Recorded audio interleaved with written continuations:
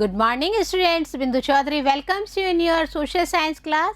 We are continuing our chapter 8th of unit 4th, and in this one we are continuing about the confronting marginalization. When we are continuing about the confronting marginalization, we studied chapter 7th also.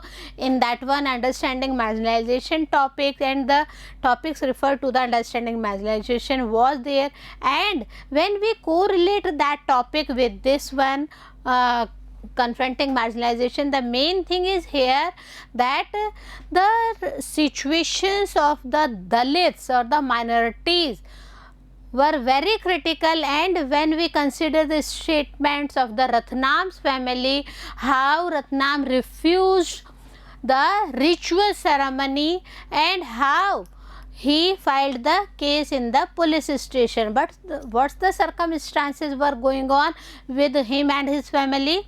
Totally boycotted from the society, as well as his hut was on fire. And not only these things, the main thing occurred here that the all own caste, it means Dalits community, they also opposed to the Ratnam. Why they opposed to the Ratnam? We considered that one also, because they needed to earn their livelihood, their income by the powerful caste by working on the daily wage laborers. So the conditions were very critical but with the Ratnam, but Ratnam totally refused all these things and he went on with the conditions going on. And see, after the boycotts from the community, what happened? The scheduled castes and the scheduled tribes, the act which we had discussed about, the act 1989, we will study this act in our this part and we will continue the chapter reading session here. The scheduled caste and the scheduled tribes prevention of atrocities act 1989. What's happened in this one? See how this act supported to Ratnam. Ratnam sought the support of the law, filing his complaint under the above act. Above act, it means the act of 1989, to protest against the domination and violence of the powerful caste in his village. So this case was not easy for Ratnam and his family, but also not easy for the powerful castes, because after all they angered on Ratnam and they took many initiative for the ruin life of the Ratnam. But Ratnam didn't matter all these things and he always protests against the domination and violence by the law, yes, by the act of 1989. This act was framed in 1989 in response to many things. What are the things here? What are the situations on that time? See, demands made by Dalits and others that the government must take seriously the ill treatment.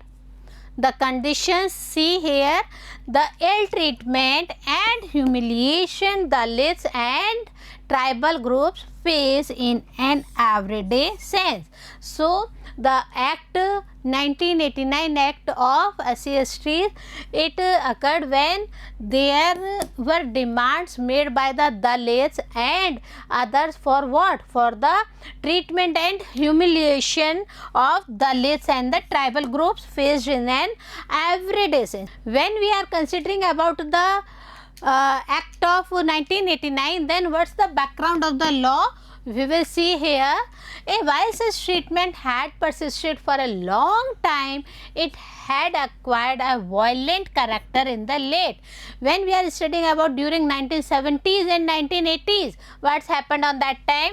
During this period in parts of southern India, a number of assertive Dalit groups came into being and asserted their right. It means some main spirit of the education came in that one, and after the long period in this one, southern India Dalits always wanted their own rights, their own being and asserted rights for them. So they refused to perform their so-called caste duties and insisted on being treated equally.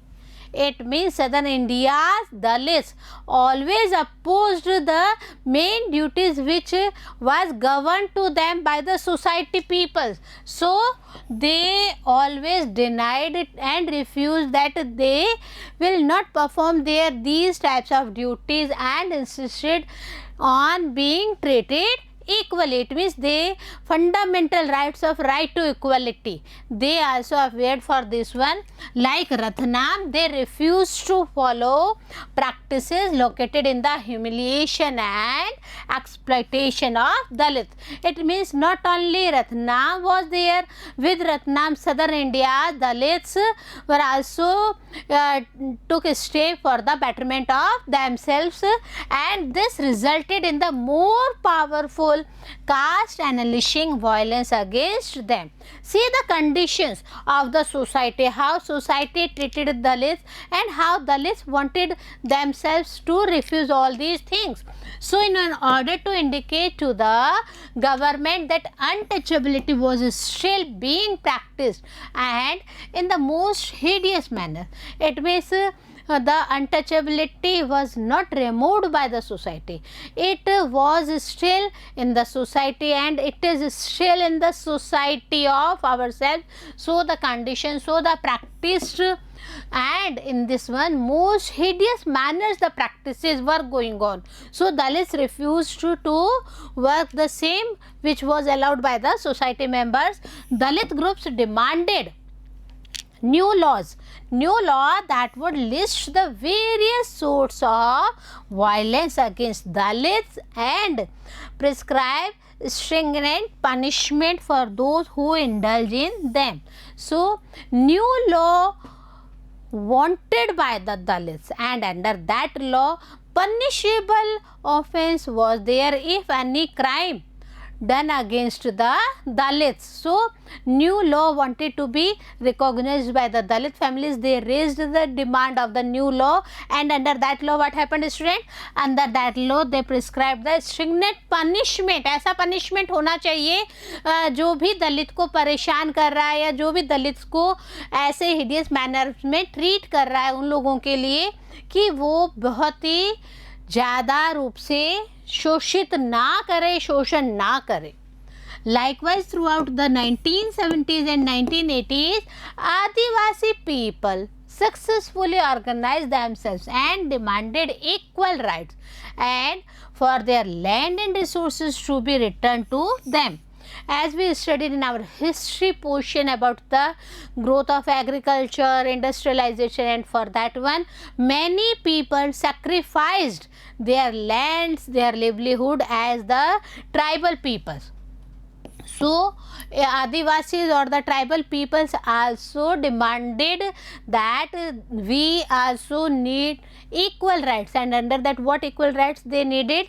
They needed the rights for their land and resources to be returned to them, because the conditions as said by the industrialists, as said by the forest new laws and the officials was totally not in favor of the Adivasis people. So they also demanded for the right to equality here. They too had to face the anger of powerful social groups and were subject to a great deal of violence. Not only Dalits suffered a lot, Adivasis also suffered a lot, and they were also harassed by the powerful social groups because violence occurred with them.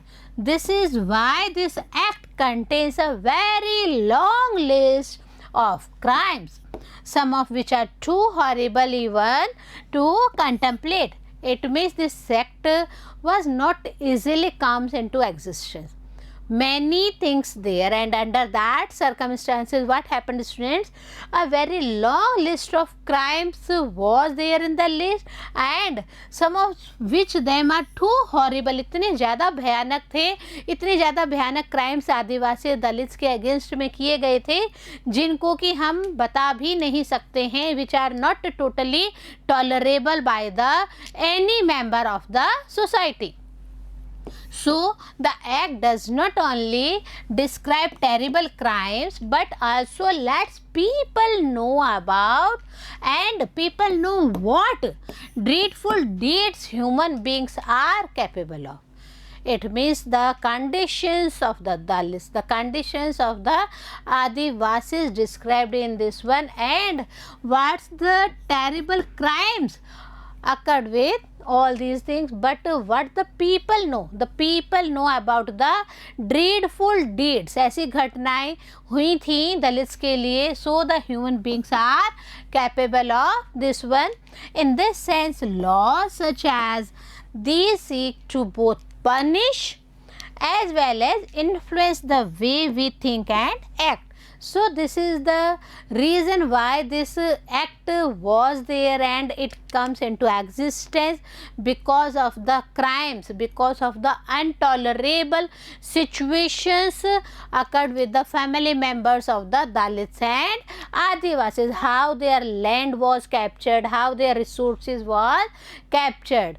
See the story of Dadu. We studied that story in our chapter 7. See the conditions, what were the conditions on that time with the Adivasi peoples. That's why the act distinguishes several level of crimes, and in this one the first one is modes of humiliation, both physical, horrific and morally reprehensible, and seeks to punish. So what's the main thing here? First one is the modes of humiliation. Under this one, not only morally but also physical horrific conditions seeks to be punished. Okay. Then force a member of a scheduled caste or a scheduled tribe to drink or eat any inedible or obnoxious substance. It means no one was allowed to give them a drink or to eat any inedible substance. To whom? To the SCs and STs, scheduled caste and scheduled tribes. Next important point is here, forcibly removes clothes from the person of a member of a scheduled caste or a scheduled tribe, or parades him or her naked or with painted face or body, or commits any similar act which is derogatory to human dignity. So many things are there in this law, and in many things one thing is also there that if forcibly any woman's, any man's uniform dress, whether they are the members of the scheduled caste, they are the members of the scheduled tribes, or any parade related to him or her naked by the society members, and any painted face also. कई बार क्या होता है कि सिर्फ उनको नंगा करके घुमाने तक ही लोग घृणास्पद कार्य नहीं करते हैं बच्चों, वो इसके अलावा उनके फेस को काला मुंह कर देते हैं और उनकी बॉडी पे कई जगह अलग अलग तरह के लिख दिए जाते हैं निशान. So all these similar acts is derogatory to human dignity. Any human people, any human person doesn't allow anyone to hurt his or her dignity. Then how Dalits and Adivasis? So they also opposed all these things, and in this law everything is mentioned in detail. When we are writing about the actions, list actions that disposes Dalits and Adivasis. See here, one by one we are taking, step by step we are taking here. The first one is the meager resources or which force them into performing slave labor. पहले बंधुआ मजदूर चलते थे. So the slave labour conditions totally listed in actions. And next one is the act sets out to punish anyone who he or she allowed to be a slave laborer. So our act totally punish this or that member for doing this type of offense. Next is wrongfully occupies or cultivates any land owned by or allotted to a member of a scheduled caste or a scheduled tribe, or gets the land allotted to him transferred. So not only livelihood is there, not only the dignity, human dignity works are there in the act, the one main act is also here, the one main thing written in this act is, if any wrongfully occupies or cultivate the lands of the scheduled caste or the scheduled tribe peoples or Adivasis peoples or the Dalit peoples, then this is also called the offense, and the land not allowed, not allotted to him to be transferred to anybody else.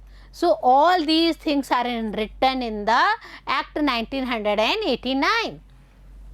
When we are considering more about this act at another level, the act recognizes that crimes against Dalits and tribal women are of a specific kind, because as we studied this chapter about the confronting marginalization, we studied lot about the sufferings held with the SC/ST, sufferings held with the tribal peoples, Dalit peoples and all of the community members. So therefore seeks to penalize anyone who are not allowed whom or he or she to be for the conditions of the crimes organized against the SC and ST. So assaults or uses force or any woman belonging to a scheduled caste or scheduled tribe with intent to dishonor her.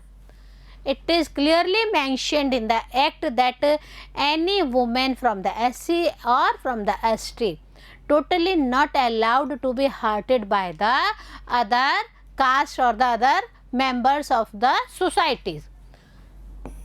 Many demands were there with the Adivasis, also Adivasi demands, and the 1989 Act in reference to the demands of the Adivasis. See here, the 1989 Act is important for another reason also. Another reason, it means the demands of the Adivasis here.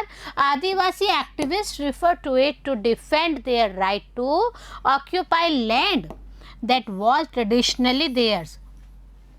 So once upon a time, industrialists or agriculturalists or as per new forest laws, the lands was captured by these peoples, by the powerful members of the societies. These Adivasi activists again referred with the act and with the help of this act to right to occupy their own land which was traditionally there, which was not with the belongs to the higher class people or the industrialist or the other people.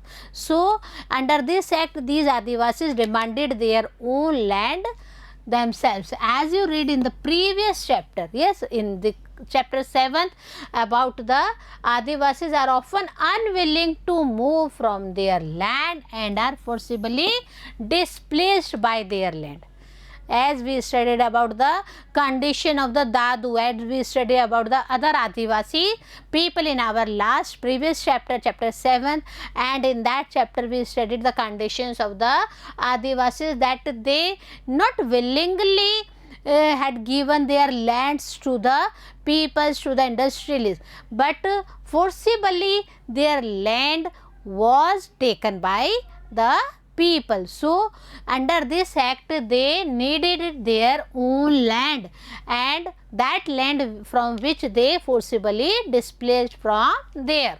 So activists have asked that those who have forcibly encroached upon tribal land should be punished under this law.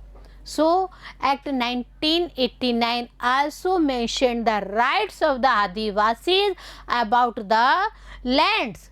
that any land which was forcibly encroached by the other people, other community members, other industrialists, other agriculturalists, other middlemen, or the landowner, then under this act all them are punishable.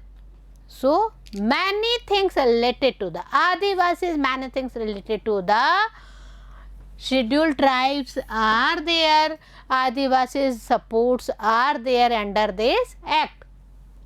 They have also pointed to the fact that this act merely confirms what has already been promised to tribal people cannot be sold to or bought by non-tribal people. So one thing is totally clear under this act, that what the land occurred or the land which was undersigned with the tribal peoples, Adivasis peoples, are not sold or brought up by the other or non-tribal people, as at present also in many states, especially states are there where the other state peoples totally not allowed to sell or purchase their lands.